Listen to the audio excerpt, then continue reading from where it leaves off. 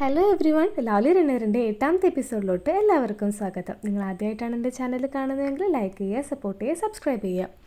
8ാമത്തെ എപ്പിസോഡിൻ്റെ തുടക്കത്തിലൊരു flash ബാക്കാണ് കാണിക്കുന്നത്. നമ്മുടെ സുഞ്ചി ഒരു കാറിൽ നിന്ന് ഇറങ്ങി വരികയാണ്. വേറൊരു സ്ഥലത്തോട്ടും അല്ല, അവർ മുന്നേ ഗിഫ്റ്റ് കുഴിച്ചിട്ടുണ്ടായിരുന്ന ഒരു സ്ഥലം ഉണ്ടായിരുന്നു. 2008 അവർ രണ്ടുപേരും കൂടി ഒരു ഗിഫ്റ്റ് കുഴിച്ചിട്ടുണ്ടായിരുന്നു ഒരു മരത്തിൻ്റെ കീഴിൽ. അപ്പോൾ ആ മരം റിനോവേഷൻ്റെ ഭാഗമായിട്ട് അവർ വെട്ടിക്കളയണം. അപ്പോൾ അതിന് മുന്നേ അവൻ അതിൻ്റെ ഉള്ളിൽ വന്നിട്ട് ആ ഗിഫ്റ്റ് ബോക്സ് അവൻ കലക്ട് ചെയ്ത് പോകും.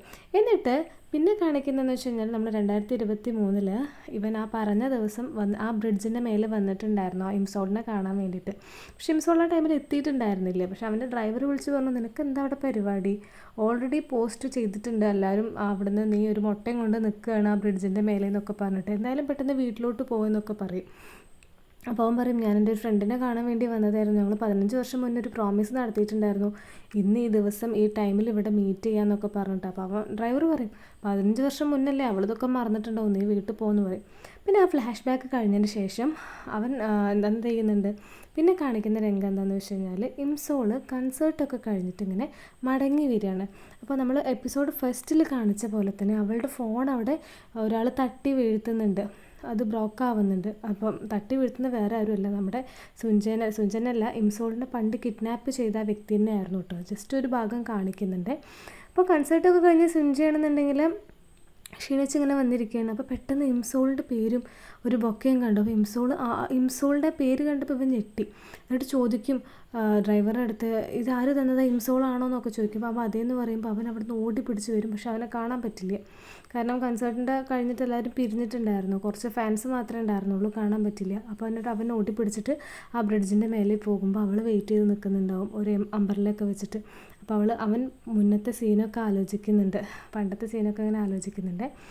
അപ്പം ഇങ്ങനെ ഞാനിവിടെ എത്തിയിട്ടുണ്ട് എന്നൊക്കെ പറഞ്ഞ് അവളെ വിളിക്കും. അപ്പോൾ അവൾ തിരിഞ്ഞിട്ട് വരും, രണ്ടുപേരും കണ്ണും നോക്കി കുറേ നേരം നിൽക്കുക, ഭയങ്കര സങ്കടത്തോടെ ഇങ്ങനെ നിൽക്കും.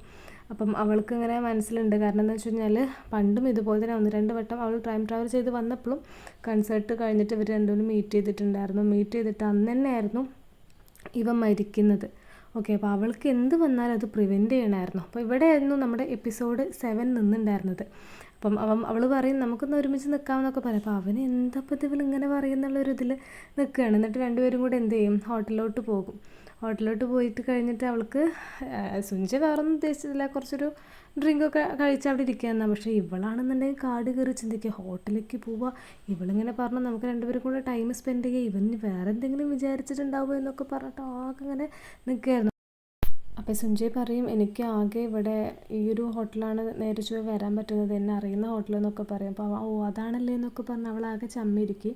അപ്പോൾ നമ്മുടെ സുഞ്ചൻ്റെ ഫ്രണ്ട് സുഞ്ചൻ്റെ ഡ്രൈവറിനെ വിളിച്ചിട്ട് പറയും, ഇംസോളിനെ കൊണ്ടുപോയി എന്നൊക്കെയാണല്ലോ പറയണത്, എന്താ സംഭവം എന്നൊക്കെ ചോദിക്കുക. അപ്പോൾ അങ്ങനെ പോയിട്ടുണ്ട്, അവർ വീട്ടിലോട്ട് പോയി എന്ന് പറയുമ്പോൾ സുഞ്ചൻ്റെ ഫ്രണ്ടാകെ അന്തവിടും. കാരണം എന്താ വെച്ച് കഴിഞ്ഞാൽ അവൻ്റെ ഒരു ഗെയിം ഷോയ്ക്ക് പോയിട്ടൊരു ഗിഫ്റ്റ് കിട്ടിയിട്ട് അവൻ്റെ റൂമിൽ വെച്ചിട്ടുണ്ട് അത്രേ.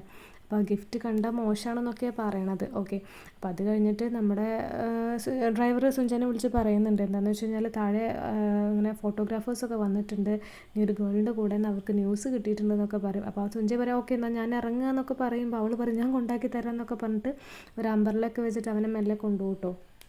അവളുടെ കാറ് കയറ്റിയിട്ട് അവർ തമ്മിൽ പോവും. അങ്ങോട്ട് പോയിട്ട് എന്ത് ചെയ്യും, ഇംസോളിന് സുഞ്ചനെ അവൻ്റെ വീടിൻ്റെ മുന്നിൽ ഡ്രോപ്പ് ചെയ്യും.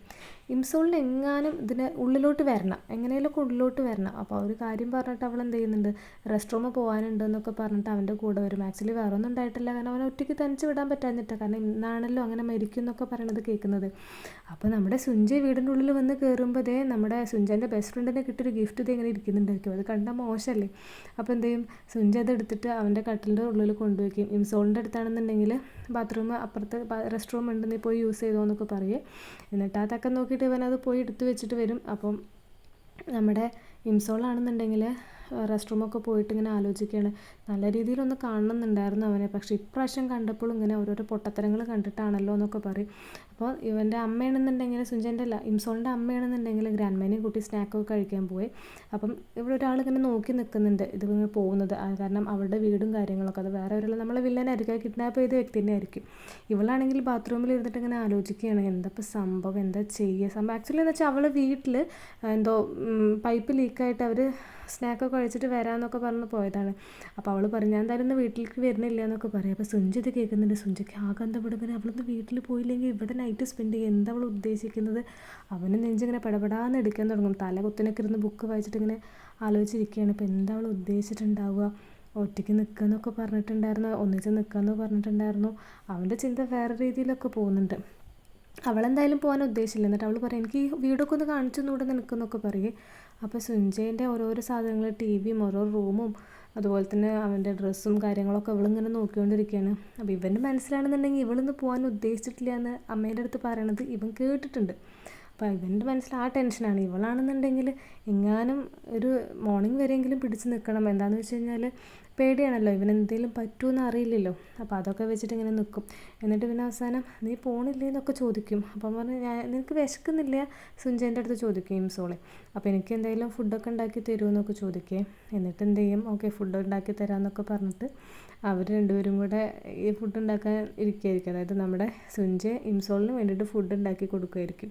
അപ്പോൾ ഇത് തമ്മിൽ നമ്മുടെ സുഞ്ചേൻ്റെ ഡ്രൈവറും ബെസ്റ്റ് ഫ്രണ്ടും കൂടി ഡിസ്കസ് ചെയ്യുന്നുണ്ട്. ആ പൊട്ടനാണ് ഇംസോൾ, അങ്ങനത്തെ ഒരു കുട്ടിയല്ല, ഇംസോളിനെ രക്ഷിച്ചിട്ടും അവൾ എന്തൊക്കെയോ ഇങ്ങനെയൊക്കെയാണെന്നൊക്കെ പറഞ്ഞ് എന്തൊക്കെയോ അവർ ഡയലോഗ് അടിക്കുന്നുണ്ട്. ഇവിടെയാണെന്നുണ്ടെങ്കിൽ നമ്മുടെ സുഞ്ച ഇവൾക്ക് വേണ്ടിയിട്ട് നല്ല അടിപൊളി നൂഡിൽസൊക്കെ ഉണ്ടാക്കി കൊടുക്കുന്നുണ്ട് കേട്ടോ. നല്ല രസം അത് കാണാൻ വേണ്ടിയിട്ട്. എന്നിട്ട് നൂഡിൽസ് ഇങ്ങനെ കഴിച്ചുകൊണ്ടിരിക്കുമ്പോൾ അവളിങ്ങനെ കുറേ ഗുളികകൾ അവിടെ കാണുന്നുണ്ട്. അവനോട് ചോദിക്കുന്നതൊക്കെ എന്തിനുള്ള ടാബ്ലറ്റ്സ് ആണെന്നൊക്കെ ചോദിക്കുമ്പോൾ അവൊന്നുമില്ല, കാര്യമായിട്ടൊന്നുമില്ല, വൈറ്റമിൻസും കാര്യങ്ങളൊക്കെയാണെന്നൊക്കെ പറയും. അപ്പോൾ അവൾ പറയും ഓക്കെ കുഴപ്പമൊന്നും ഉണ്ടാവില്ല, ഡിപ്രഷനൊന്നും ഉണ്ടാവില്ല എന്നൊക്കെ പറയും.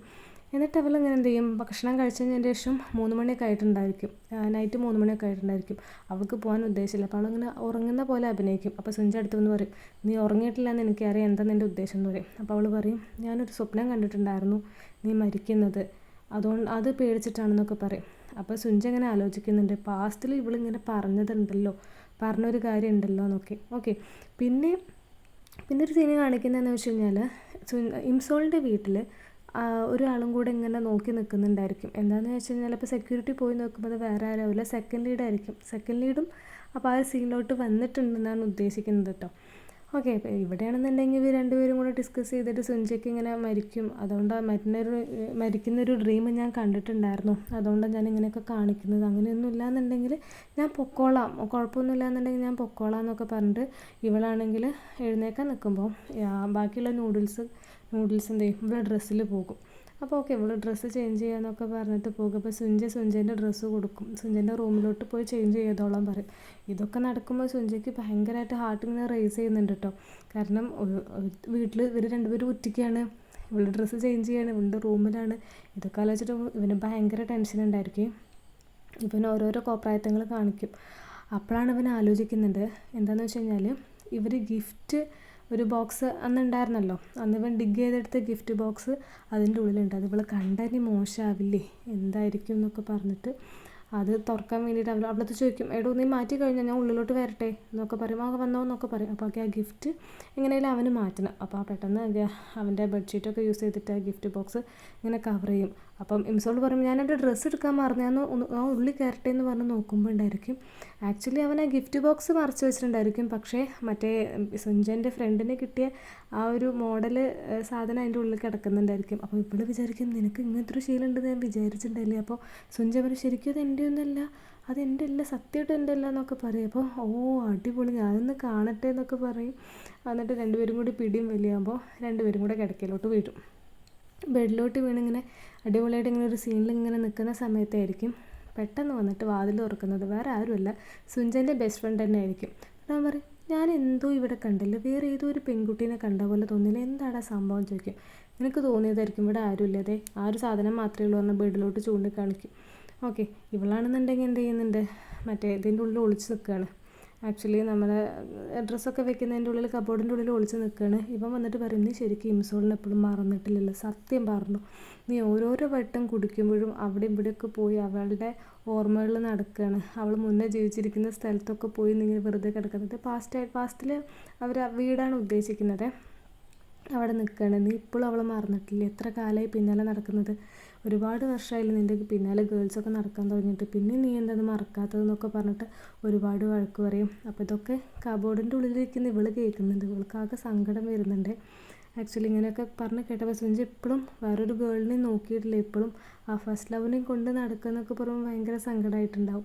എന്നിട്ട് ഇങ്ങനെ പറയുന്നുണ്ട്, ഓരോരോ ഉപദേശമൊക്കെ നടക്കുന്നുണ്ട്. അപ്പം ഇവനിത് കേൾക്കാൻ വയ്യാഞ്ഞിട്ട് എന്ത് ചെയ്യുന്നുണ്ട്, സുഞ്ചെ ഇവനെടുത്തിട്ട് നമ്മളെ ബെസ്റ്റ് ഫ്രണ്ടിനെ എടുത്തിട്ട് ഇന്നെ ബാത്ത് ടബിൽ കൊണ്ടുവിടണം, നീ അവിടെ കിടക്ക്, മിണ്ടാണ്ടിരുന്നു, ഇനി ഒരു കമാന്നൊരു അക്ഷരം മിണ്ടരുത് എന്നൊക്കെ പറഞ്ഞിട്ട് അവന് വഴക്ക് പറയുന്നുണ്ട്. ഓക്കെ, അപ്പം ഇങ്ങനെ ബാത്ത് ടബിൽ ഇടുന്ന നേരം നമ്മുടെ ഇംസോള് വെളിയിൽ വന്നിട്ട് ഇങ്ങനെ മനസ്സിലാക്കും എന്താണെന്ന് വെച്ച് കഴിഞ്ഞാൽ ഇവൻ ആ ഗിഫ്റ്റ് എടുത്തിട്ടുണ്ടായിരുന്നു, ആ ബ്രിഡ്ജിൽ അവർ മീറ്റ് ചെയ്യാമെന്ന് പറഞ്ഞ സമയത്ത് പോയിട്ടുണ്ടായിരുന്നു എന്നൊക്കെ. ഓക്കെ, അപ്പോൾ ഇവളിങ്ങനെ ചോദിക്കും, നീ പോയിട്ടുണ്ടായിരുന്നു അല്ലേ ചോദിക്കും. അപ്പം പറയും ഞാൻ പോയിട്ടുണ്ടായിരുന്നു പറയും. അപ്പോൾ ഇവളിങ്ങനെ ഒരുപാട് കരച്ചിലായിരിക്കും. പക്ഷേ ഇവൾ മുന്നേ ചെയ്ത കാര്യങ്ങളൊക്കെ ഇങ്ങനെ ആലോചിക്കും. എന്താണെന്ന് വെച്ച് കഴിഞ്ഞാൽ ശരിക്കും അവളെ കിഡ്നാപ്പ് ചെയ്തിട്ട് ഇവൻ രക്ഷിക്കുമല്ലോ, ആ സമയത്ത് ഇവൾ ടൈം ട്രാവൽ ചെയ്ത് തിരിച്ചിങ്ങോട്ട് തന്നെ വരും. ഓക്കെ, അപ്പോൾ അവിടെ എന്ന് വെച്ച് കഴിഞ്ഞാൽ ഇങ്ങനെ നടന്നിട്ടുണ്ടായിരുന്നു. ഇപ്പോൾ ശരിക്കുള്ള മറ്റേ ഇംസോളാണല്ലോ, പാസ്റ്റുള്ള ഇംസോൾ ഇങ്ങനെ പറഞ്ഞിട്ടുണ്ടായിരുന്നു അവൻ്റെ അടുത്ത്, നീ ശരിക്കും നിന്നെ കാണുമ്പോൾ എനിക്കിങ്ങനെ ആ കിഡ്നാപ്പും കാര്യങ്ങളൊക്കെ ഓർമ്മ വരുന്നുണ്ട്, നീ എൻ്റെ ലൈഫിൽ ഇനി വരരുതെന്നൊക്കെ പറഞ്ഞിട്ടുണ്ടായിരിക്കും. അതായത് കുട്ടി ഇംസോൾ കേട്ടോ, ഫ്യൂച്ചറിൽ നിന്ന് വന്ന ഇംസോളല്ല. ഓക്കെ, എന്നിട്ട് എന്ത് ചെയ്യുന്നുണ്ട്, അവർ രണ്ടുപേരും കൂടെ ആ ഇൻസിഡൻസൊക്കെ കഴിഞ്ഞിട്ട് ശേഷം ഈ രണ്ടുപേരും കൂടെ ഇംസോളിനെ കൊണ്ടാക്കാൻ വേണ്ടിയിട്ട് നമ്മുടെ സുഞ്ചി വരുന്നുണ്ട്. എന്നിട്ട് നമ്മുടെ ഇംസോൾ പറയുന്നുണ്ട്, ഞാൻ നിന്നെ ഇഷ്ടപ്പെട്ടിട്ടുണ്ടായിരുന്നു, ഞാൻ നിന്നെ ഒരുപാട് മിസ് ചെയ്തിട്ടുണ്ടായിരുന്നു സുഞ്ചി എന്നൊക്കെ പറയും. അപ്പോൾ അതൊക്കെ പറഞ്ഞു കഴിയുമ്പോൾ ഇവൾക്ക് ഭയങ്കര ആശ്വാസമായിരിക്കും. എന്നിട്ട് ഇവളെ റൂമിൽ പോകും. ഇവരാണെന്നുണ്ടെങ്കിൽ ആ സ്റ്റെയർ കേസൊക്കെ ഓടി കയറി ഇവളോട് പറയും, നീ മിസ് ചെയ്തിട്ടുണ്ടായിരുന്നു, നിന്നെ ഇഷ്ടപ്പെട്ടിട്ടുണ്ടായിരുന്നു എന്ന് പറഞ്ഞിട്ടുണ്ടായിരുന്നു, ഇപ്പം നിൻ്റെ എന്താ അവസ്ഥ എന്ന് ചോദിക്കും. അപ്പോൾ അവളൊന്നും മിണ്ടില്ല. പിന്നെ അകത്തേക്ക് കയറിയിട്ട് രണ്ടുപേരും കൂടെ അങ്ങനെ നോക്കി നിന്നിട്ട് അഗെയിൻ സെക്കൻഡ് കിസ് അടിക്കും അവർ. ഓക്കെ, അപ്പോൾ പിന്നെ ഒഫീഷ്യലി ഇവർ രണ്ടുപേരും കൂടെ ഡേറ്റിങ് സ്റ്റാർട്ട് ചെയ്തു. ഓക്കെ, അപ്പോൾ ഡേറ്റിങ് സ്റ്റാർട്ട് ചെയ്ത് ഇങ്ങനെ കിസ് ചെയ്തുകൊണ്ടിരിക്കുമ്പോഴായിരിക്കും അവളുടെ വീട്ടിൽ വാട്ടർ പൈപ്പ് ലീക്ക് ആയതുകൊണ്ടാണല്ലോ അമ്മയും മുത്തശ്ശിയൊക്കെ അങ്ങനെ സ്നാക്സൊക്കെ കഴിക്കാൻ വേണ്ടി പുറത്തേക്ക് പോയത്. അപ്പോൾ നന്നാക്കാൻ ആൾ വന്നിട്ടുണ്ടായിരിക്കും. ഓക്കെ, അപ്പോൾ അവിടുന്ന് അവർ സുഞ്ചയും ഇംസോളും കൂടി പിരിയും. പിന്നെ ഫസ്റ്റ് കിസിൻ്റെ ആഫ്റ്റർ എഫക്റ്റ് ആട്ടോ അവർക്ക്. സുഞ്ചി ഇരുന്ന് ഇങ്ങനെ വെറുതെ പൊട്ടന്മാരെ പോലെ ചിരിക്കുന്നുണ്ടായിരിക്കും, അതുപോലെ തന്നെ ഇംസോളും ഇങ്ങനെ ചിരിക്കുന്നുണ്ടായിരിക്കും. അത് ആലോചിച്ച് ഇങ്ങനെ ചിരിക്കുകയാണ്. രണ്ടുപേരും സുഞ്ചാണെന്നുണ്ടെങ്കിൽ മേക്കപ്പ് ഇട്ടുകൊണ്ടിരിക്കുമായിരിക്കും, ഇവളാണെന്നുണ്ടെങ്കിൽ ബോസിനടുത്ത് നിന്ന് വഴക്ക് കേട്ടുകൊണ്ടിരിക്കുമായിരിക്കും. ആ സമയത്ത് ഇരുന്നിങ്ങനെ ചിരിക്കുകയാണ്. ഇവനാണെന്നുണ്ടെങ്കിൽ ഈ മൊമെൻറ്റ്സൊക്കെ ആലോചിച്ചിട്ട് പോരുമ്പോഴും വരുമ്പോഴൊക്കെ ഇങ്ങനെ ചിരിച്ചുകൊണ്ടിരിക്കുന്നുണ്ട്.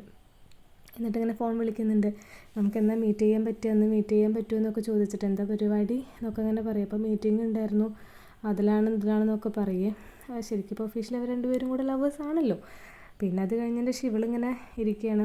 അപ്പോൾ സുഞ്ച ഇങ്ങനെ വിളിക്കുന്നുണ്ടായിരിക്കും, എന്താണെന്ന് അവസ്ഥ, നീ മീറ്റ് ചെയ്യാൻ പറ്റുമോ എന്നൊക്കെ ചോദിച്ചിട്ട്. അപ്പോൾ അവൾ പറയും, മീറ്റ് ചെയ്യാൻ കുഴപ്പമില്ല, നമുക്ക് നൈറ്റ് മീറ്റ് ചെയ്യാമെന്ന് പറയും. അപ്പോൾ ഓക്കെ, എന്നാൽ നൈറ്റ് മീറ്റ് ചെയ്യാമെന്ന് പറയും. അപ്പോൾ സംഭവം വെച്ച് കഴിഞ്ഞാൽ അവന് ഭയങ്കര ടൈറ്റ് ഷെഡ്യൂളാണ്. കാരണം ഒരു ഐഡോളാണ്, ഒരുപാട് ഷൂട്ടിങ്ങും കാര്യങ്ങളൊക്കെ ഉണ്ടായിരിക്കും. ഇവൾക്കാണെന്നുണ്ടെങ്കിലും മീറ്റിങ്ങും കാര്യങ്ങളൊക്കെ ഉണ്ട്. അപ്പോൾ എന്ത് ചെയ്യുന്നുണ്ട്, നമുക്കൊന്ന് നൈറ്റ് എന്തായാലും മീറ്റ് ചെയ്യാം എന്നൊക്കെ പറഞ്ഞിട്ടിരിക്കും. അപ്പോൾ ആ സമയത്ത് ഇവിടെ മീറ്റിങ്ങിന് കയറിക്കൊണ്ടിരിക്കുമ്പോൾ, ഓഫീസിൽ മീറ്റിങ്ങിന് കയറിക്കൊണ്ടിരിക്കുമ്പോൾ ഫോൺ സ്വിച്ച് ഓഫ് ആക്കുന്നുണ്ട്. ഫോൺ സ്വിച്ച് ഓഫ് ആക്കിയിട്ട് പിന്നെ ഓൺ ആക്കാൻ മറക്കും. സുഞ്ചയ് പ്രോഗ്രാമൊക്കെ കഴിഞ്ഞിട്ട് ഒരുപാട് തവണ വിളിക്കുന്നുണ്ട്, പക്ഷേ കിട്ടിയിട്ടില്ല. ഓക്കെ, അപ്പോൾ സുഞ്ച ഇങ്ങനെ ഓക്കെ എന്നാൽ വീട്ടിലോട്ട് പോകാം എന്നൊക്കെ പറഞ്ഞിട്ട് സുഞ്ചൻ്റെ വീട്ടിലോട്ട് പോകുന്നുണ്ട്. ഓക്കെ, ഇവളാണെന്നുണ്ടെങ്കിൽ എന്ത് ചെയ്യുന്നുണ്ട്, സുഞ്ച വീട്ടിൽ ഇപ്പോൾ എത്തിയിട്ടുണ്ടാവുമോ എന്നൊക്കെ പറഞ്ഞ് സുഞ്ചൻ്റെ വീട്ടിലോട്ട് അവളും പോകുന്നുണ്ട്. അപ്പം ആ സമയത്ത് ഇവൾ വണ്ടി പാർക്ക് ചെയ്യുമ്പോൾ ഒരാളിങ്ങനെ ക്യാപ്പൊക്കെ വെച്ചിട്ട് ഇങ്ങനെ ഇറങ്ങി പോകുന്നുണ്ട്. അപ്പോൾ അവൾക്ക് ശരിക്കും കണ്ടപ്പോൾ പേടിയാവും, കാരണം പണ്ട് അവളെ കിഡ്നാപ്പ് ചെയ്ത വ്യക്തിനെ പോലെ. പക്ഷെ അവളുടെ അടുത്തേക്ക് വന്നിട്ടില്ല, അത് നേരെ കയറി പോയി കേട്ടോ. അപ്പം ഇവൾ വിചാരിച്ചും വേറെ ആരെങ്കിലും ആയിരിക്കും എന്ന് വിചാരിക്കും. അപ്പോൾ ആ സമയത്ത് തന്നെ ഒരു പെൺകുട്ടി തട്ടി ഇങ്ങനെ പോകും. വേറെ ആരും ആവില്ല, മുന്നത്തെ എപ്പിസോഡിൽ ഉണ്ടായിരുന്നല്ലോ സുഞ്ചയ്ക്ക് ഒരു ഫീമെയിൽ സ്റ്റാക്കർ ഉണ്ട്, അങ്ങനെ എപ്പോഴും നോക്കിക്കൊണ്ടിരിക്കുകയാണ്. ഇവളെന്ത് ചെയ്യും, ഓടിപ്പോയിട്ട് ആ കുട്ടീനെ പിടിക്കും. ഇപ്പോൾ വേറെ ഒന്നുമില്ല, 14 വയസ്സിലൊരു കുട്ടിയായിരിക്കും. സുഞ്ചനെ ഭയങ്കര ഇഷ്ടമായിട്ട് അവൻ്റെ ഫോട്ടോസൊക്കെ എടുക്കാൻ വേണ്ടിയിട്ട് വന്നതായിരിക്കും. അപ്പോൾ അവളെ ഉപദേശിക്കുന്നുണ്ട്. ആ സമയത്താണ് ഇവൾ ഒരു ന്യൂസ് കാണുന്നത്. എന്താണെന്ന് വെച്ച് കഴിഞ്ഞാൽ സുഞ്ചനെ ആരും അറ്റാക്ക് ചെയ്തിട്ടുണ്ട്, ഹോസ്പിറ്റലൈസ്ഡ് ചെയ്തിട്ടുണ്ട് എന്നുള്ളൊരു സീനിലാണ് നിൽക്കുന്നത്. ഇവളാണെന്നുണ്ടെങ്കിൽ ആ ന്യൂസ് കേട്ടിട്ട് ഭയങ്കര ഷോക്കിൽ ഇങ്ങനെ നിൽക്കുന്നൊരു എപ്പിസോഡിലാണ് നമ്മൾ 8th എപ്പിസോഡ് എൻഡ് ചെയ്യുന്നത്. So thank you. നമുക്ക് നെക്സ്റ്റ് വീഡിയോയിൽ നോക്കാം എന്താണ് സുഞ്ചയ്ക്ക് പറ്റിയത്.